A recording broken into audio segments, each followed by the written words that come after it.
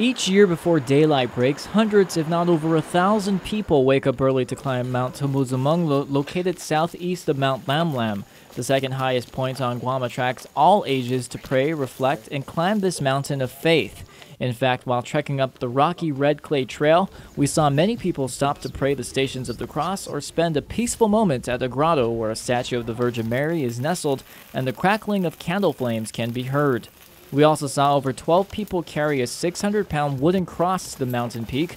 Not too far behind them were two men who covered their faces with a black cloth and crown of thorns, flogging their backsides. The scene of them whipping themselves bloody was a very humbling image.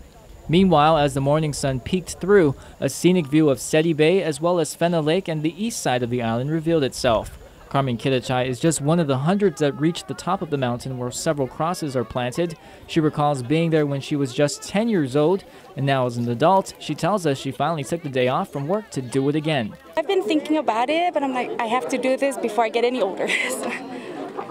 Was it very spiritually motivating for you to come up here? It was really touching. For the first time in a long time, like I said, I was really touched. Donna Kinata says this is her 10th year hiking with her family and church group to the top. She mentioned she wanted to feel what Jesus went through by trekking up the mountain. I started with just like a couple of us, and now we've been able to bring our nieces, my daughter, and her friends from school and from our church. So it's actually an awesome experience being here today. On the flip side, St. Paul freshman Taylor Mendiola says this is his first time experiencing the Good Friday hike.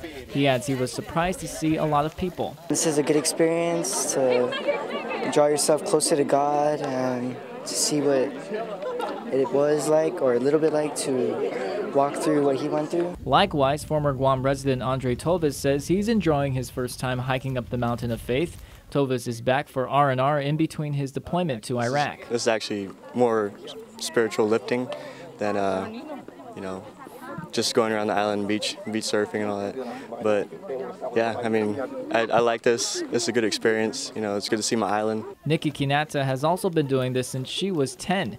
While she's motivated to see many young people make the annual trek, she says she's more inspired to see the older generations go on this journey. Actually, it's very motivating for me to see a lot of older people like Minangku. They come up here a lot, and they're my motivation too, because they're really old and they sacrifice all their time to do all this stuff. So they're my big motivation. A perfect example of someone older taking this journey of faith is 71-year-old Pedro de la Providencia. He says hiking this mountain of faith makes him feel young and healthy.